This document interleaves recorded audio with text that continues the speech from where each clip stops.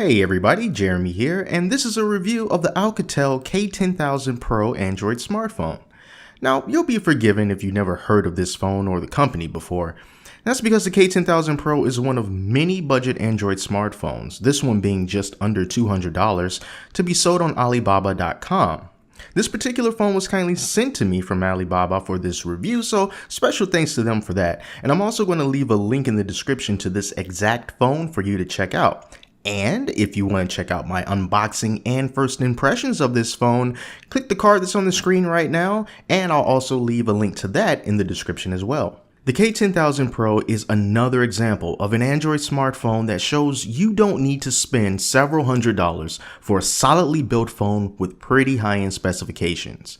The K10000 Pro has a 5.5-inch Full HD IPS display, a 1.5 GHz MediaTek MTK6750T octa-core processor, 3 GB of RAM, dual SIM card slots, a 13 megapixel rear camera, a front-facing camera, a rear fingerprint sensor, 32 gigabytes of expandable storage, and an absolutely massive 10,000 mAh battery. All of this is wrapped in a slightly customized version of Android 7.0.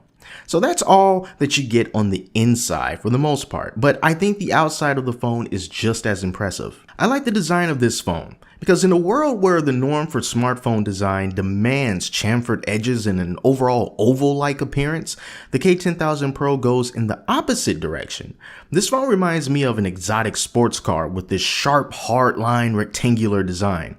It's different, and the black and silver trim colors only accentuate that. Now, the back of the phone is also unique. Instead of having a naked plastic or metal backing, Oukitel uses what it claims is Australian calf leather for the back of the phone. Now, I don't know if it's actual calf leather or not, but it looks and feels nice regardless. The circular fingerprint sensor is located in the middle of a metal plate directly beneath the camera. I think this is a good spot for the sensor, and I'm happy to say that it works very well. The corners of the phone are standard fare with power and volume buttons being on the right side, the SIM card tray is on the left, and the ever so resilient headphone jack sits proudly on the top. The elephant in the room here is the thickness of the phone, and yes, it is quite a bit thicker than what many of us are used to at this point. It's also pretty heavy, and I'm attributing that to the 10,000 mAh battery, so at least there's a logical excuse for the added bulk. Now let's talk about performance. And let me tell you, it's good. It's really good. The K10000 Pro is a very snappy phone, and doing standard things like navigating through menus and switching through various apps is a breeze, and I have yet to encounter any lag on this phone. This also carries over into gaming. You'll be hard pressed to find a game that makes this phone slow down, and even if there is one out there, it'll handle the vast majority of games with ease. The K10000 Pro isn't bogged down with a lot of unnecessary software. Most of the UI functions like stock Android, but there are some custom additions added, such as gestures. A wide variety of things can be done by using gestures and other motions. For example, drawing an S on the lock screen will open up the messaging app, and drawing an M will play and pause music. I think some of these gestures take a little more time than just opening the app the regular way, but it's nice it's there. I do, however, find the 2-finger up and down gesture to raise and lower volume useful, as well as swiping on the darkened screen to change music tracks. The camera quality is pretty decent, but the software could use some work. You're looking at some footage I shot with the camera right now, and the focusing with the camera is slow for this day and age. It feels like you're struggling with it at times. And considering how this phone handles most everything with speed and grace, I'm surprised the camera isn't treated the same way.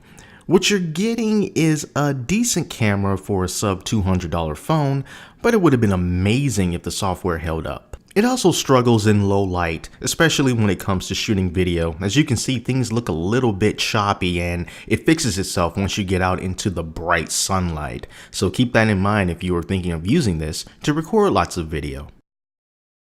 And that's pretty much the K10000 Pro. One more thing that I want to mention about this phone is regarding how thick it is and the big battery, the 10,000 mAh battery that's in this phone. It really lasts a long time. I had this phone connected to Wi-Fi and I charged it up overnight and I left it alone for pretty much the entire day the next day. And when I came back, it was at 98%. This phone, the battery is so big, they also give you an OTG cable in the box so that you can actually use this phone as a power bank. So if you have another phone and you want to charge that phone using this one, you can do that.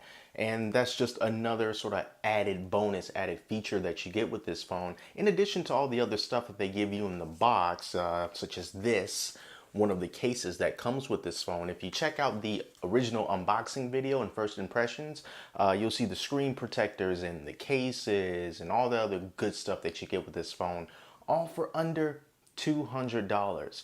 The biggest gripe that I have with this, which is maybe not necessarily for the phone itself, it's probably more of a regulatory thing, is the fact that you can't get 4G LTE here in North America. Other countries, Europe, Asia, maybe this phone has the bands that those networks have in order to enable those really fast data speeds, but you just can't get them over here. And if I could get 4G LTE on this phone, I would be using this phone pretty much all the time, where the other pretty big drawback for me with this phone is the way that the camera performs. I really think that the camera should have been a lot better as far as the software goes in focusing and being able to handle different lighting situations without the sort of flickering kind of effect.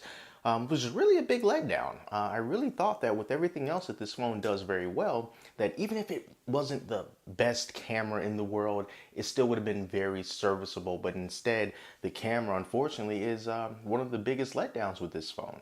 But other than that, everything else that it does very well. And like I said, I love the way that it looks.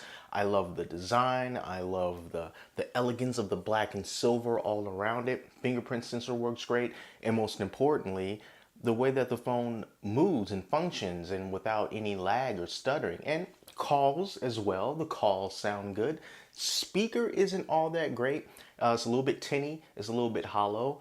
But everything else, I like it. I like it. And if you want to get a sort of budget Android phone, and maybe you want to take this phone overseas with you, or maybe just a little kick around phone if the data connection thing isn't a big deal to you, I really don't think you can really go wrong with this phone. It is a very, very good phone. And I'm going to leave a link in the description to Alibaba where you can purchase this phone. And I'm also going to leave a link in the description for the unboxing video so you can check that out as well. But that is it.